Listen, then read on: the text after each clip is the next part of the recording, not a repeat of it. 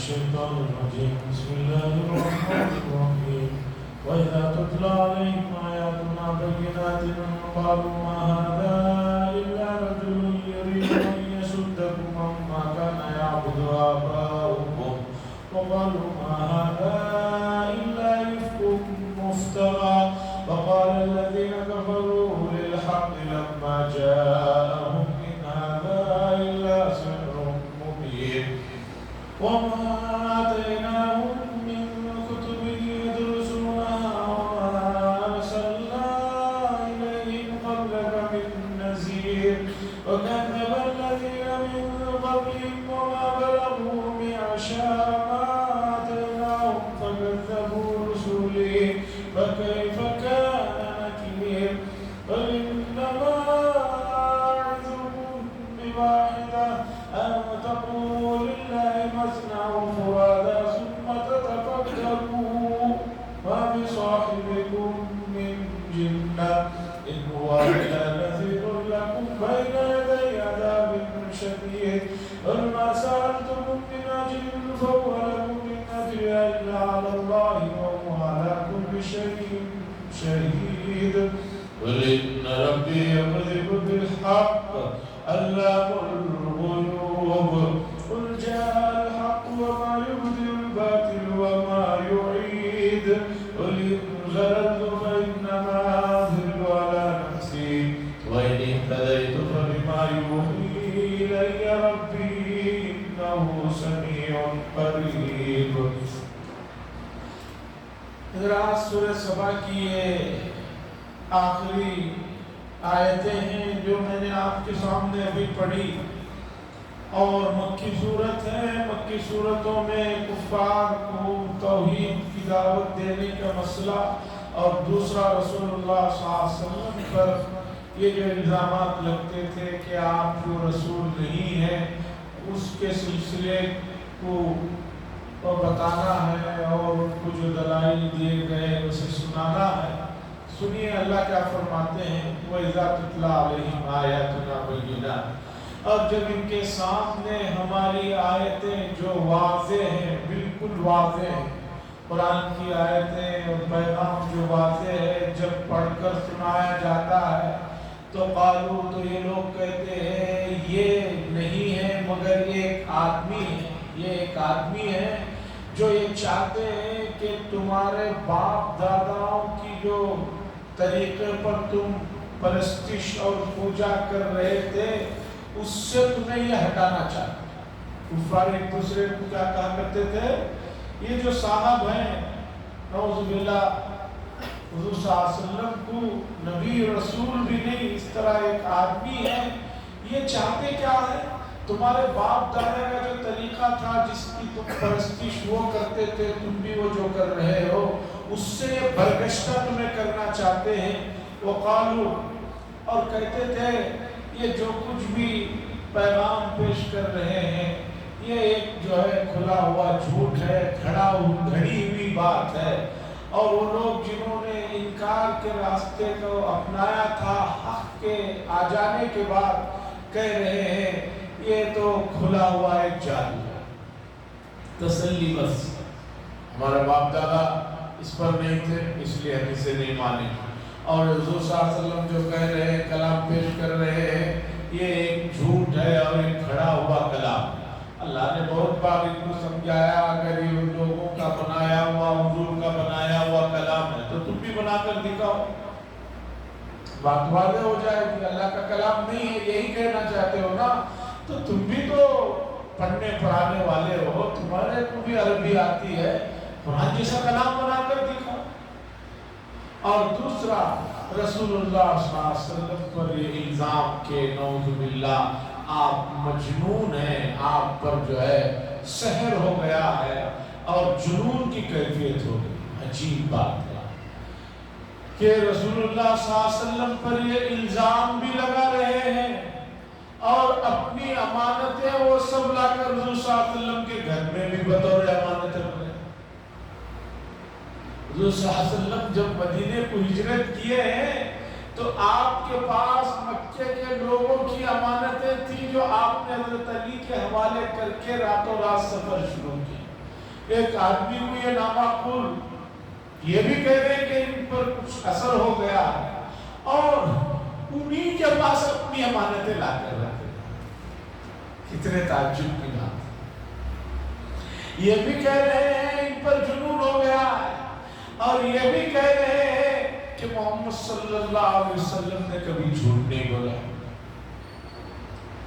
یہ بھی کہہ رہے ہیں کہ جنون ہو گیا ہے، اور یہ بھی کہہ رہے ہیں کہ یہ سب سے اونچے خاندان کے ہیں اور ان کو کسی بھی دولت میں، دوسری حکومت میں کوئی دلچسپی نہیں ہے۔ نا سوچنے کی بات۔ بھئی ایک آدمی کو آپ یا تو یہ کہیے یا یہ کہیے، یہ کہیں گے تو یہ صحیح نہیں، یہ کہیں گے تو وہ صحیح نہیں، اتنی بات سمجھ میں کیوں نہیں آتی؟ وَمَا آتَيْنَاهُم مِّن كُتُبٍ، اللہ کہہ رہے اور ہم نے ان لوگوں کو اس سے پہلے کوئی کتاب بھی نہیں دی کہ جس کو یہ لوگ پڑھتے پڑھاتے ہوں، اور نہ ہم نے ان سے پہلے یعنی رسول اللہ صلی اللہ علیہ وسلم سے پہلے ان کے پاس کوئی پیغمبر بھی بھیجا۔ پھر مکے کے لوگ یہ کہہ رہے ہیں کہ یہ کلام غلط ہے، یہ جو مذہب پیش کر رہے ہیں وہ صحیح نہیں ہے۔ اللہ پوچھ رہے ہیں کہ بھئی تمہارے پاس کوئی نبی بھی تو نہیں آئے، مکے میں اس سے پہلے کوئی نبی بھی نہیں آئے، اور نہ ہم نے کوئی تمہارے پاس اس سے پہلے کتاب بھیجی تھی کہ تم یہ کہو کہ ہمارے پاس جو کتاب ہے آسمانی یہ صحیح ہے اور یہ حضور جو پیش کر رہے ہیں غلط ہے۔ کس بنیاد پر کہہ رہے ہیں؟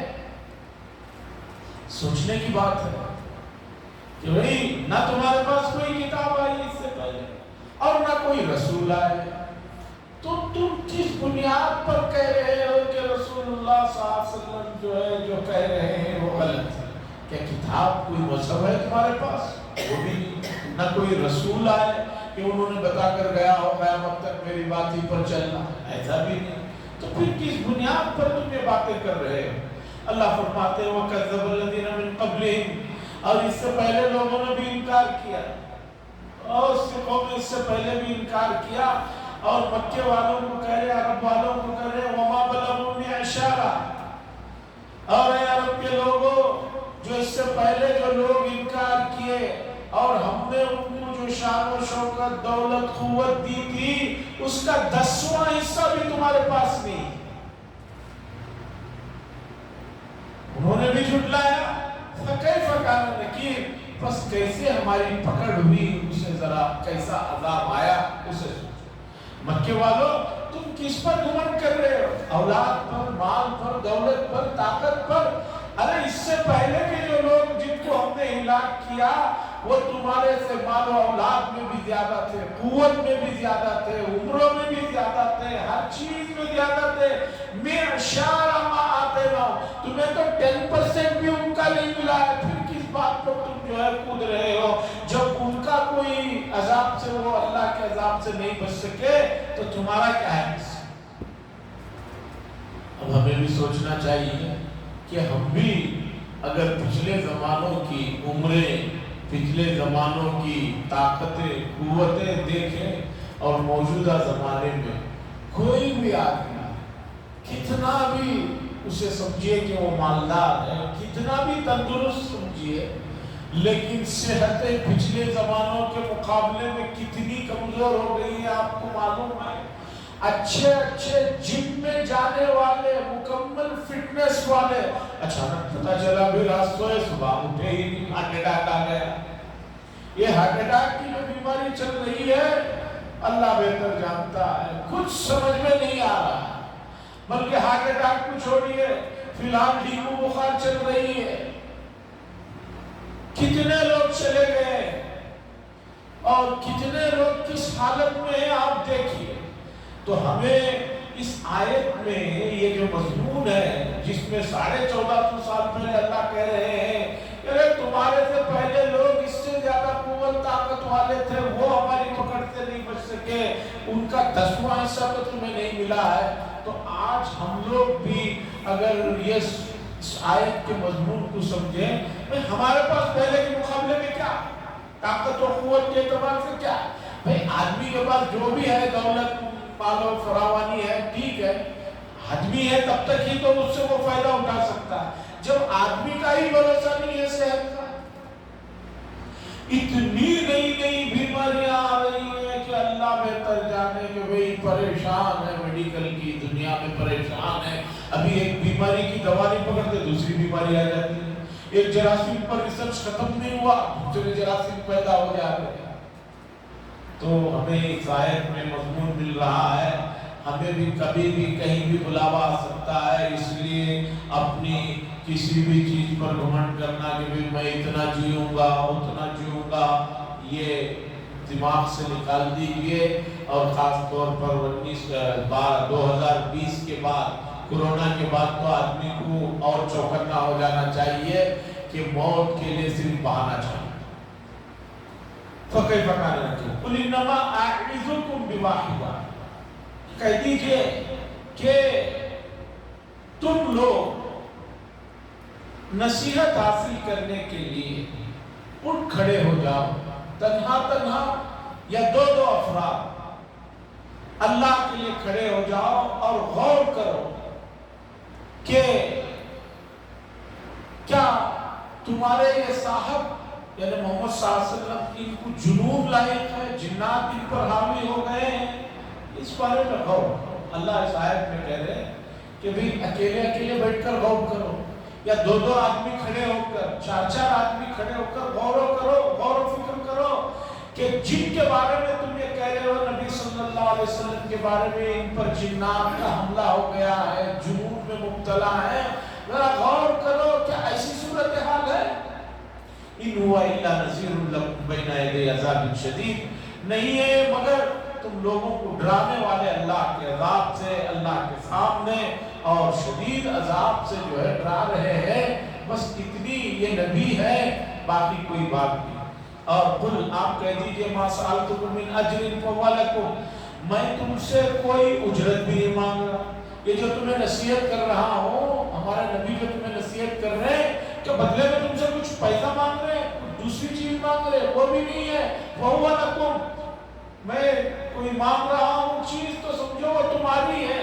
ان هو ان اجر الا علی اللہ، میرا بدلہ، میرا اجر، میرا ثواب تو اللہ کے اوپر ہے، اللہ مجھے دیں گے، وہ علی کل شیء شہید، اور وہ اللہ تبارک و تعالی ہر چیز کا مشاہدہ کر رہے ہیں، ہر چیز کی نگرانی کر رہے ہیں۔ قل ان ربی یقذف بالحق، کہہ دیجئے نبی صلی اللہ علیہ وسلم میرا رب جو ہے حق کو اوپر سے نازل کر رہے ہیں، نازل ہو رہا ہے حق، یعنی وحی کے ذریعے سے حق اوپر سے آ رہا ہے۔ اللہ الغیوب، اللہ تبارک و تعالیٰ تمام غیبوں کے رازوں کو جاننے والے ہیں، کوئی چیز اللہ سے مخفی اور پوشیدہ نہیں ہے۔ قل جاء الحق، کہہ دیجئے کہ حق آ چکا ہے، وما یبدی الباطل وما یعید، اور باطل نہ وہ پیدا ہونے والا ہے نہ وہ دوبارہ لوٹ کر جو ہے اس کے اندر اٹھنے کی جو ہے باطل کے اندر طاقت ہے، نہ اس میں ابتدا کرنے کی طاقت ہے، نہ پھر جو ہے لوٹ کر آنے کی کوئی طاقت نہیں ہے۔ قُلْ ضَلَلْتُ، اے نبی صلی اللہ علیہ وسلم آپ کہہ دیجئے اگر میں گمراہ ہوں، مکے کے لوگوں سے کہیے کہ اگر میں گمراہ ہوں، تمہاری نظر میں گمراہ ہوں، تو اس گمراہی کا نقصان مجھے کو پہنچے گا، تمہیں تو پہنچے گا نہیں، تمہارے حساب سے میں گمراہ ہوں، غلط ہوں، تو اس کا نقصان مجھے پہنچے، اور اگر میں ہدایت پر ہوں تو یہ وحی کے ذریعے سے جو میرے رب نے میرے اوپر نازل کی ہے، اگر میں تمہاری نظر میں ہدایت میں ہوں تو اس میں بھی میرا کمال نہیں، بلکہ یہ اللہ کی طرف سے وحی جو نازل ہو رہی ہے میرے رب کی طرف سے، اس کی وجہ سے میں جو ہے ہدایت پر ہوں۔ انہ سمیع قریب، بے شک اللہ تبارک تعالیٰ بہت سننے والے ہیں اور قریب ہے، اللہ دور نہیں ہے کہ بات ان تک نہ پہنچتی ہو، اللہ تک جو ہے ہر بات کا علم اللہ کو ہے، اللہ قریب ہے۔ میں بعض مرتبہ دیکھتا ہوں اللہ نے جو یہ حضرت انسان کو بنایا، ان کے شاہکار حضرت انسان کے کمالات کو دیکھیے۔ آج بھی مغلیہ سلطنت کی بنی ہوئی بعض مساجد میں یہ کمال ہے، فتح پور سکری میں بھی ہم نے دیکھا اور دوسری جگہ بھی دیکھا، مسجدوں کا محراب اور مسجدوں کی جو تعمیر کا اس زمانے میں پتہ نہیں کون سی انجینئرنگ اسکولیں تھی جہاں پر انہوں نے پڑھا تھا کہ ایسا ہے کہ یہاں آدمی محراب میں قرآن پڑھ رہا ہے، اتنے بڑے علاقے میں بغیر مائک کے سب کو برابر سنائی دے رہا ہے۔ آج بھی آپ جائیں گے دیکھیں گے تو آپ کو پتا چلے گا کہ محراب میں یہاں کہیں جانے والی بات وہاں تک، اور ادھر لمبی لمبی ہے مسجدیں، 200-300 آدمیوں کی کھڑے ہونے کی کیپیسٹی والی صفیں ہیں، چاروں طرف برابر آواز آ رہی ہے، کوئی مائک نہیں ہے۔ یہاں تو مائک ہے کہ ہر جگہ وہاں اتنی آواز آ رہی ہے، وہاں سب کو برابر سنائی دے رہا ہے۔ تو سوچئے کہ ایک انسان نے اتنا کمال کیا کہ اتنے دور کا آدمی کی آواز بھی قریب ہو رہی ہے، تو اللہ تو سب طاقتوں کے قوتوں کے مالک ہیں، وہی سب کچھ دیتے ہیں۔ انہو سمیع قریب، بہت سننے والے ہیں اور قریب ہیں۔ اور حدیث میں بلکہ قرآن میں آیا، اللہ نے فرمایا من حبل الورید، شہرت انسان کی جو سب سے قیمتی شہرت جو قریب ہوتی ہے، اللہ فرماتے ہیں ہم اس سے بھی زیادہ تمہارے قریب ہیں۔ اور حدیث میں بتایا اللہ تعالیٰ انسانوں کے گمان سے بھی زیادہ قریب ہے۔ آپ کا گمان آپ کے علاوہ کسی کو نہیں معلوم، اللہ اس سے بھی زیادہ بندوں کے قریب ہے۔ یہ سب چیزیں حدیثیں آیتیں بتا رہی ہیں، جب اللہ ہمارے اتنے قریب ہے تو ہم بھی ان کے قریب ہونا چاہیے۔ جب وہ اتنے ہم سے قریب ہے تو ہم ان کے قریب نہ ہو کر دوسری طرف بھٹکنا یہ کوئی چیز نہیں۔ اب اللہ تعالیٰ میدان محشر کا منظر بتا رہے ہیں، وَلَوْ تَرَى، اور نبی صلی اللہ علیہ وسلم آپ دیکھیں گے اس وقت جب یہ لوگ خوف سے گھبرائے ہوئے بھاگ رہے ہوں گے اور پھر رہے ہوں گے، اور کوئی بھاگنے کا ان کے لیے راستہ نہیں ہوگا، وَأُخِذُوا مِن مَكَانٍ قَرِيبٍ، اور قریب سے ان کو پکڑ لیا جائے۔ میدان محشر میں بھاگ رہا آدمی، ادھر بھاگ رہا ادھر بھاگ رہا، کتنی دیر بھاگے گا؟ قصاب سے بکری کب تک خیر نہ کرے، کتنا بھاگے گا؟ پکڑ میں آئی تو یہ لوگ مکے میں ان لوگوں کو قیامت کے دن آپ بھاگتا ہوا دیکھیں گے، وَقَالُوا آمَنَّا بِهِ، اور کہیں گے کہ اللہ اب ہم ایمان لے آئے ہیں، اب ہم ایمان لاتے ہیں۔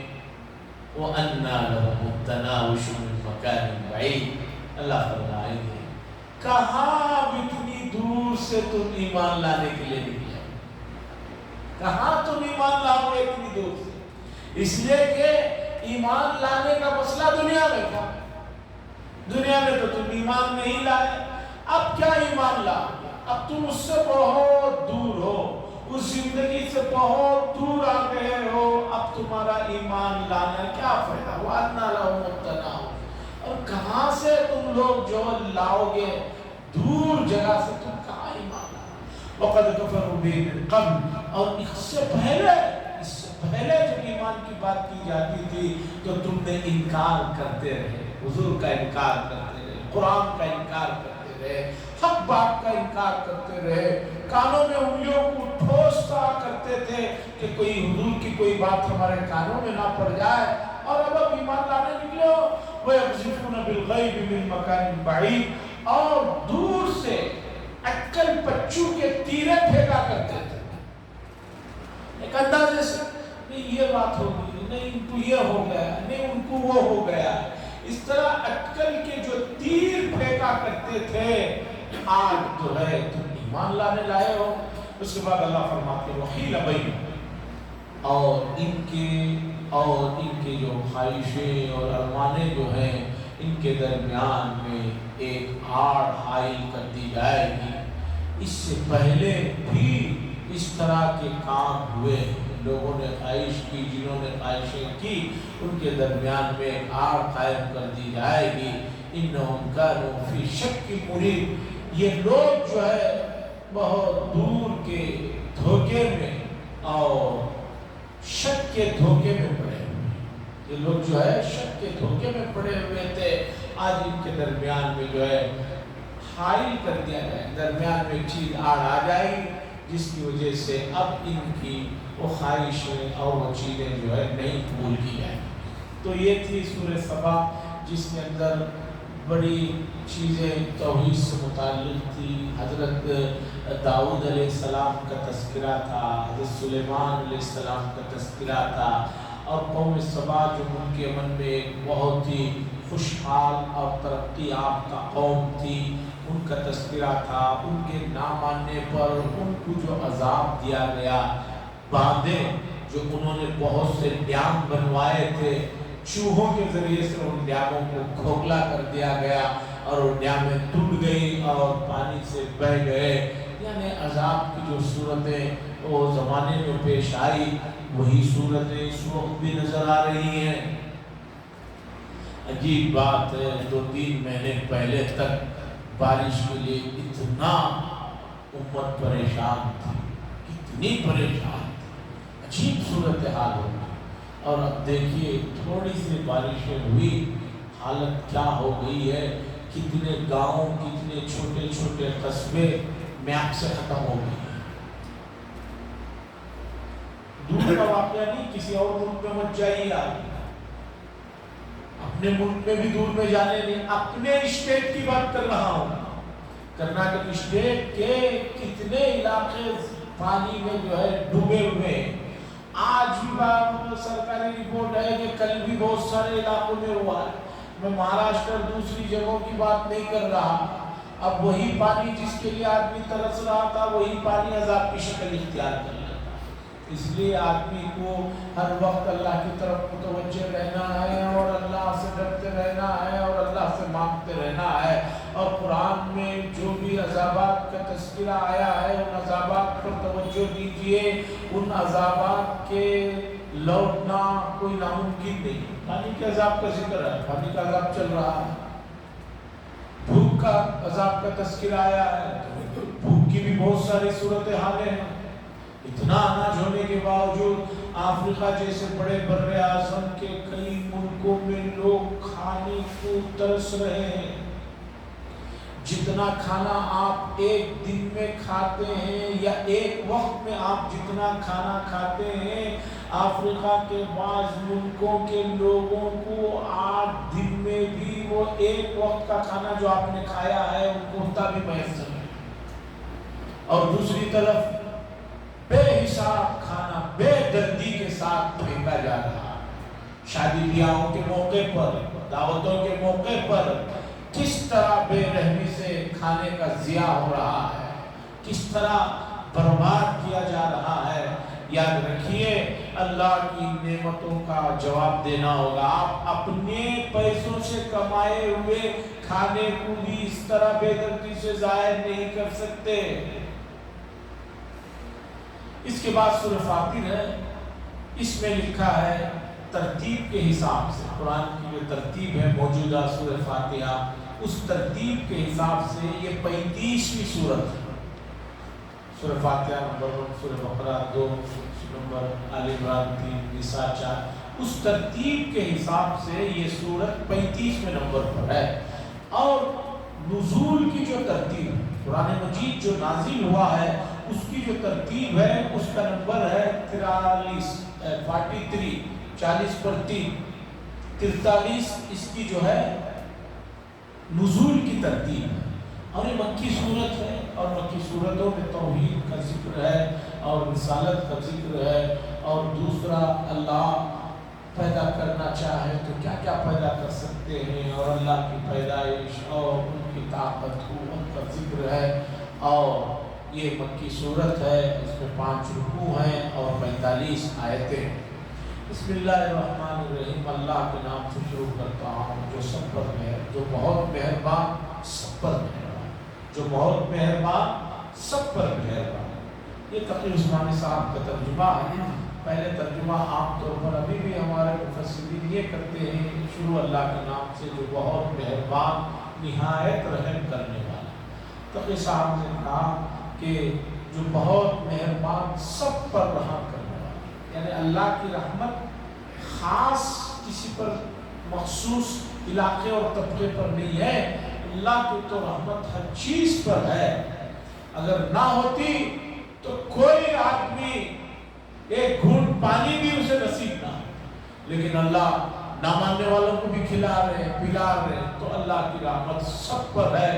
اب اس رحمت سے فائدہ اٹھانا۔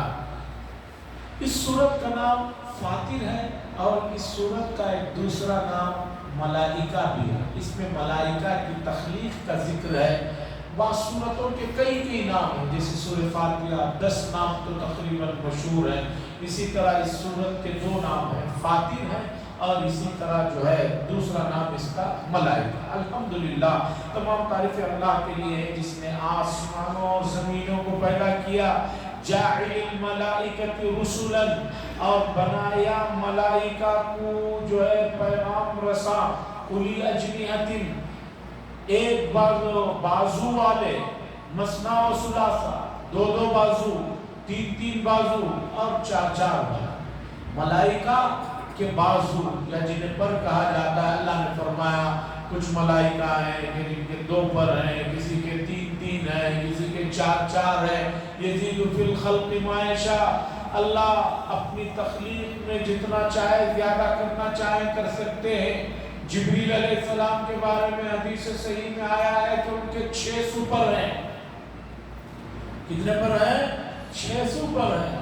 اور رسول اللہ صلی اللہ علیہ وسلم نے فرمایا کہ میں نے غار حرا میں ان کو اپنے پیروں کو پھیلاتا ہوا دیکھا، انہوں نے اپنے 2 پروں کو پھیلایا تو اتنی دور تک ان کے پر پھیلے ہوئے تھے کہ جہاں تک میری نگاہ جا رہی تھی وہاں تک ان 2 پروں کو انہوں نے پھیلایا ہوا۔ یزید فی الخلق ما یشاء۔ اسی طرح اللہ تبارک و تعالی، دیکھیے کوئی 2 پیروں کا جانور ہے جیسے حضرت انسان، کوئی 4 پیروں کے جانور ہیں، اور کچھ بغیر پیروں کے ہیں جیسے سانپ ہیں، اور بعض کنکھرا کر کے جانور ہوتا ہے، ایسے سردیوں میں نکلتے ہیں، ان کے تو 50 60 70 پیر ہوتے ہیں۔ مفسرین نے لکھا ہے کہ قرآن مجید بعض مرتبہ ایک بات بتانا چاہ رہا ہوتا ہے، لوگ اس کی طرف نہیں توجہ دیتے، وہ دوسری چیز میں توجہ دے دیتے ہیں۔ جیسے میں ہمیشہ مثال میں دیتا ہوں، یوسف علیہ السلام کا قصہ قرآن نے بتایا بڑی تفصیل سے شروع سے۔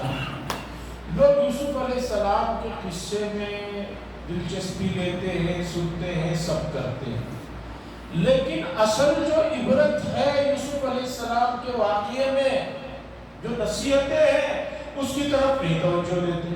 آخر میں لوگ پوچھتے ہیں، قصہ پورا ختم ہونے کے بعد پوچھتے ہیں کہ حضرت یوسف علیہ السلام کی زلیخا سے شادی ہوئی یا نہیں ہوئی؟ یہ پورے قصے میں ابھی اس شادی ہی میں پڑا ہوا ہے۔ بھئی قصہ اس لیے تو بیان نہیں کیا قرآن نے تذکرہ بھی نہیں کیا کہ ان کی شادی ہوئی ان سے نہیں ہوئی، نہ حدیث نے ذکر کیا، لیکن لوگوں کو اس پورے قصے میں جو ہے آخر میں بھی جا کر پوچھتے ہیں، وہ اس کا تو بولے چ نہیں ناظر۔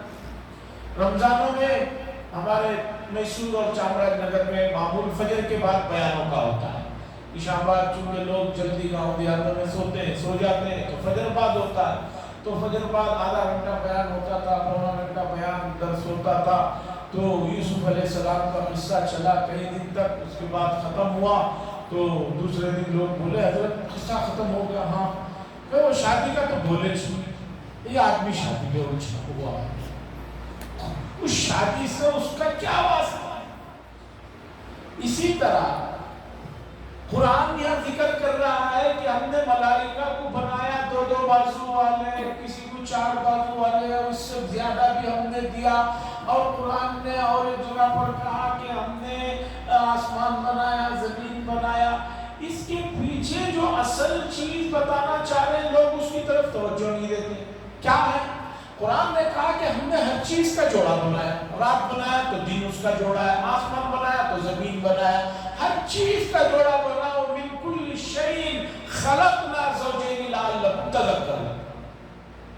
جانوروں میں لیجئے، انسانوں میں لیجئے، جنات میں لیجئے، سب میں جوڑے بنائے۔ اب سوچو کہ اس دنیا کا جوڑا کیا ہے؟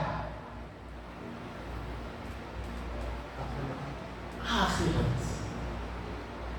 تو اللہ کہہ رہے ہیں بھئی جب ہر چیز میں ہم نے جوڑا بنایا تو اب آخرت کی بات کرتے ہیں تو تم لوگوں کو دہشت کیوں ہوتی ہے سمجھ میں کیوں نہیں آتا؟ ابھی دنیا ہے تو اس کی جو ہے ایک جوڑا ہونا چاہیے، وہ ہے آخرت، اس مسئلے کی طرف نہیں جاتے۔ اور اس درمیان میں اللہ نے اور بھی اس مسئلے کو کئی جگہ ذکر کیا، فرشتوں کا ذکر کیا اور دوسری چیزوں کا ذکر کیا، آدمی اسی میں الجھ کر رہ جاتا ہے۔